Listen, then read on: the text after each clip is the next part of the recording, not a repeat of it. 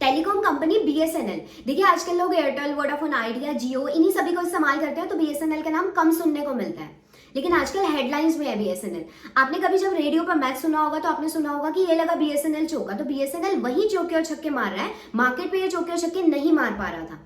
एक टाइम था जब बीएसएनएल का सिम मिल जाना ऐसे होता था जैसे किसी की लॉटरी लग गई हो, और आजकल शहरों में आपको बीएसएनएल के कस्टमर्स ढूंढने से भी नहीं मिलेंगे। और आजकल अगर किसी के पास बीएसएनएल का कनेक्शन मिल भी जाता है तो लोग हंसते हैं, अच्छा बीएसएनएल रखते हो क्यों? क्योंकि जब आप 5G की बात कर रहे हो तो बीएसएनएल मुश्किल से ही 4G की सर्विसेज प्रोवाइड कर पाता है।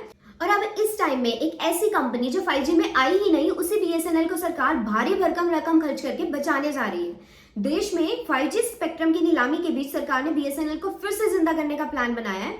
पिछले बुधवार को पीएम मोदी की अध्यक्षता में cabinet committee on economic affairs की बैठक में बड़ा फैसला हुआ। कैबिनेट ने भारत संचार निगम यानी कि बीएसएनएल को फिर से ट्रैक पर लाने के लिए 1,64,000 करोड़ की मंजूरी दी है। अब ऐसा क्यों किया गया?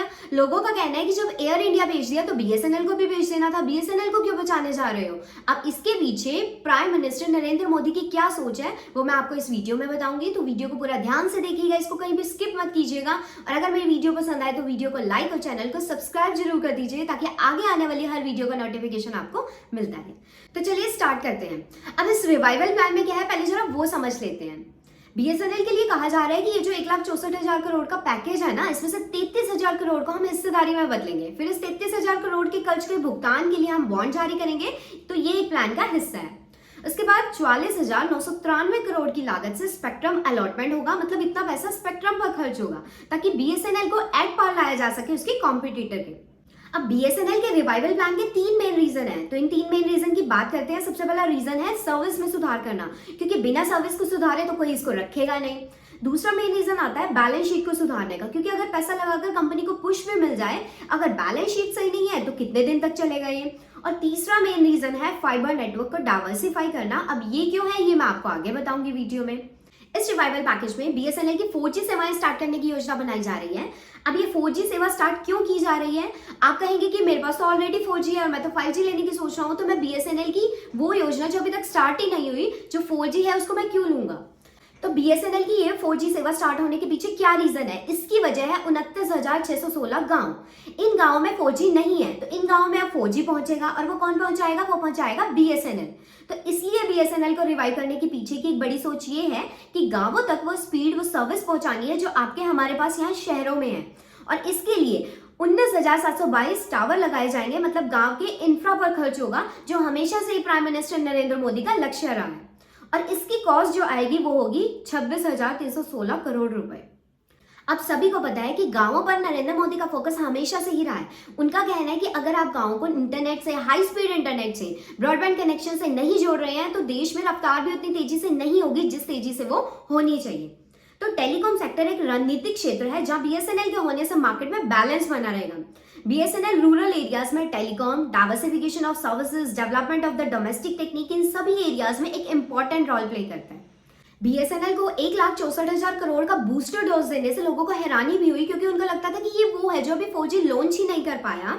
2019 में जिसको अपने एम्प्लॉयज को सैलरीज देने में भी प्रॉब्लम हो रही थी, जो नवरत्न पीएसयू से घाटे वाली सरकारी कंपनी बन गया, जिस पर 33,000 करोड़ का लोन है, तो इसे क्यों रिवाइव किया जा रहा है? सबसे पहले ये जान लेते हैं कि बीएसएनएल कितने घाटे में है। ऐसा नहीं है कि हमेशा से ही घाटे में था। बीएसएनएल एक वक्त था कि बहुत मुनाफे में चलता था, अब इसको घाटे में लाकर छोड़ दिया गया है। 2009 का वो साल था जब 1,721 करोड़ रुपए के मुनाफे में था बीएसएनएल, और 2009 के बाद कंपनी के बुरे दिन शुरू हो गए और उसके बाद से कंपनी लगातार घाटे में जा रही है। 2010 से 18 के बीच में बीएसएनएल को 57,000 करोड़ रुपए का घाटा हुआ और फिर ये रिवाइव ही नहीं कर पाई और गिरती चली गई।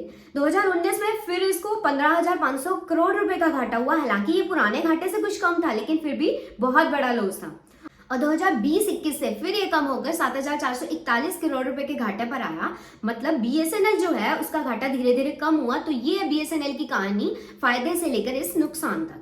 बीएसएनएल की हालत ये है कि उसकी कमाई का आधे से ज्यादा हिस्सा तो एम्प्लॉयज की सैलरी, बोनस, अलाउंसेस इन्हीं पर ही खर्च हो रहा था। 2002 से 3 में टोटल अर्निंग्स का 22% वो एम्प्लॉयज की सैलरी और अलाउंसेस पर खर्च कर रहे थे। 2005-6 की अगर हम बात करें तो ये घटकर 15% पर आया। लेकिन जब साल 2009 आया तब बीएसएनएल आखिरी बार जब फायदे में था तब ये खर्च 26% पर था और साल 2018 आते आते ये 53% पर पहुंच गया। अगर हम 20-21 की बात करें तो ये घटकर 51% पर था। तो मतलब अपनी जो अर्निंग्स है उसका आधे से ज्यादा हिस्सा तो आप एम्प्लॉयज की सैलरी, बोनस और अलाउंसेस पर खर्च कर रहे हैं। अब साल बदलने के साथ साथ बीएसएनएल की कमाई भी घटती चली गई। अगर हम 2006-07 की बात करें तो बीएसएनएल ने सबसे ज्यादा 40,176 करोड़ रुपए की कमाई की थी, जो 2018-19 तक आते आते घटकर 25,070 करोड़ रुपए हो गई। रेवेन्यू में 21% की गिरावट हुई, जो साल 2020-21 में 18,595 करोड़ पर आ गई। बीएसएनएल की कमाई धीरे धीरे कम होती गई और घाटा बढ़ता गया। साल 2007-08 में बीएसएनएल के पास नेट कैश 37,163 करोड़ रुपए था, जो 19 आते आते ये 16,000 करोड़ रुपए के कर्ज में आ गई। मतलब इसका जो सारा लिक्विड अमाउंट था वो सारा ही इन्होंने अपने एम्प्लॉयज की सैलरी, अलाउंसेस और बोनस पर ही खर्च कर दिया। अब बीएसएनएल की बैलेंस शीट की अगर हम बात करें तो ये साफ कहती है कि बीएसएनएल एक वक्त में सरकार के लिए सोने की चिड़िया था, लेकिन धीरे धीरे इसकी हालत खस्ता होती गई। लेकिन ऐसा क्यों हुआ, अब मैं आपको बताती हूँ। मोटे तौर पर बर्बादी की 3 वजह। सबसे बड़ी वजह थी इसकी सरकारी दखल, मतलब सरकार हमेशा से इसमें इंटरफेयर करती रही है। दूसरा इसका मेन रीजन था सैलरी अलाउंसेस पर इतना ज्यादा खर्च करना कि इसको ठीक से मैनेज ही नहीं किया गया। तीसरी इसकी बड़ी वजह रही है लाल फीताशाही, मतलब वही सरकारी सिस्टम जिसने इस देश को पूरी तरह से जकड़ा हुआ है। वक्त पर स्पेक्ट्रम नीलामी में भाग न लेना, फौजी सेवा का रोल आउट न करना, यही बड़ी वजह रही है बीएसएनएल डूबा। बीएसएनएल की हालत एक दिन में नहीं हुई है। 2008 में बीएसएनएल ने अपने नेटवर्क को बढ़ाने के लिए 43,000 करोड़ खर्च करने का प्लान बनाया, लेकिन इस प्रोजेक्ट में भ्रष्टाचार के आरोप लगे और बीएसएनएल को नुकसान हुआ। साल 2010 में इस प्लान को बंद करना पड़ा। उस टाइम बीएसएनएल जो तीसरे नंबर पर था टेलीकॉम की कंपनी में, वो अब 5वें नंबर पर आ गया था। गांव में टेलीकॉम सर्विसेज के डाइवर्सिफिकेशन और सोशल ऑब्लिगेशन के चलते बीएसएनएल की लाइसेंसिंग फीस और स्पेक्ट्रम चार्जेस को भी माफ कर दिया गया, पर इस छूट को ज्यादा नहीं बढ़ाया गया। 2006-07 में से खत्म कर दिया गया, जिसके कारण बीएसएनएल को ईयरली 3,000 करोड़ रुपए का घाटा होने लगा। बीएसएनएल की बर्बादी की कहानी साल 2010 से शुरू हुई। उस दौरान 3G स्पेक्ट्रम का ऑक्शन होना था। सरकार ने बीएसएनएल और एमटीएनएल दोनों को ही ऑक्शन से दूर रखा। बीएसएनएल और एमटीएनएल को अलग से स्पेक्ट्रम दिया गया है। इसके लिए ये शर्त रखी गई कि जिस कीमत पर नीलामी हुई है उसी कीमत पर स्पेक्ट्रम मिलेगा। नतीजा ये हुआ इसका कि बीएसएनएल को स्पेक्ट्रम के लिए 10,186 करोड़ रुपए देने पड़े और वायरलेस ब्रॉडबैंड स्पेक्ट्रम के लिए उसको 8,313 करोड़ रुपए देने पड़े।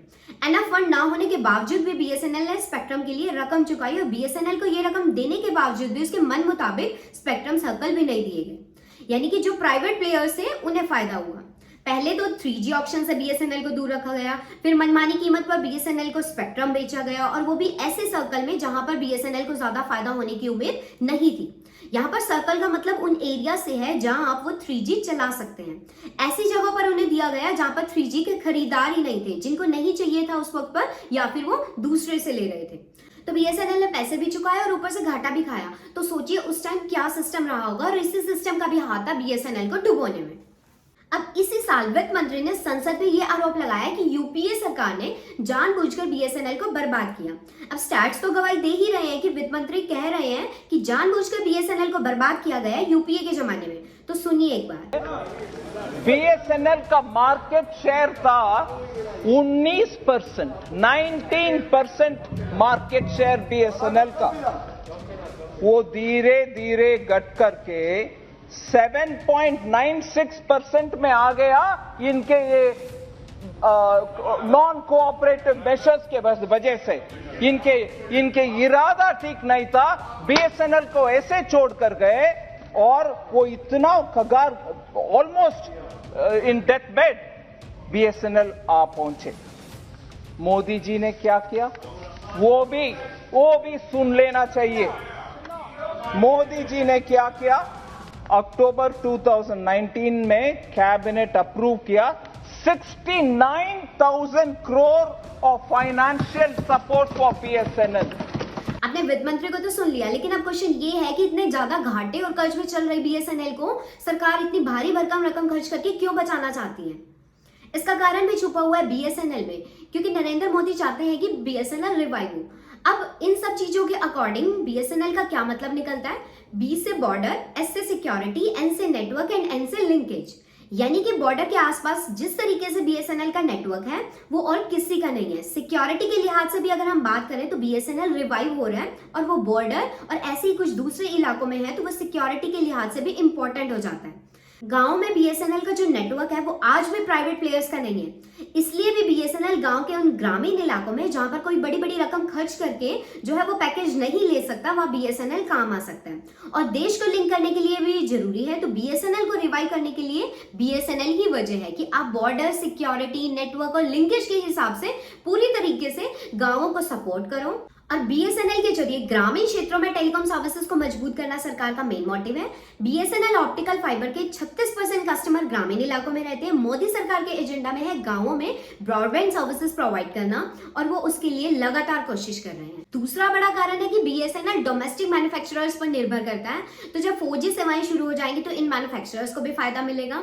तीसरा बड़ा मेन कारण है कि बीएसएनएल की पहुंच देश के बॉर्डर इलाकों तक है, तो ये भी पॉलिटिकल रीजन से गवर्नमेंट के लिए इंपॉर्टेंट है, इसलिए रिवाइवल पैकेज का ऐलान किया गया। तो गवर्नमेंट के लिए भी बीएसएनएल को रिवाइव करना एक इंपॉर्टेंट रोल प्ले करता है। तो अगर आज की आपको मेरी ये वीडियो पसंद आई है तो वीडियो को लाइक और चैनल को सब्सक्राइब जरूर कर दीजिए, ताकि आगे आने वाली हर वीडियो का नोटिफिकेशन आपको मिलता है। So thank you guys.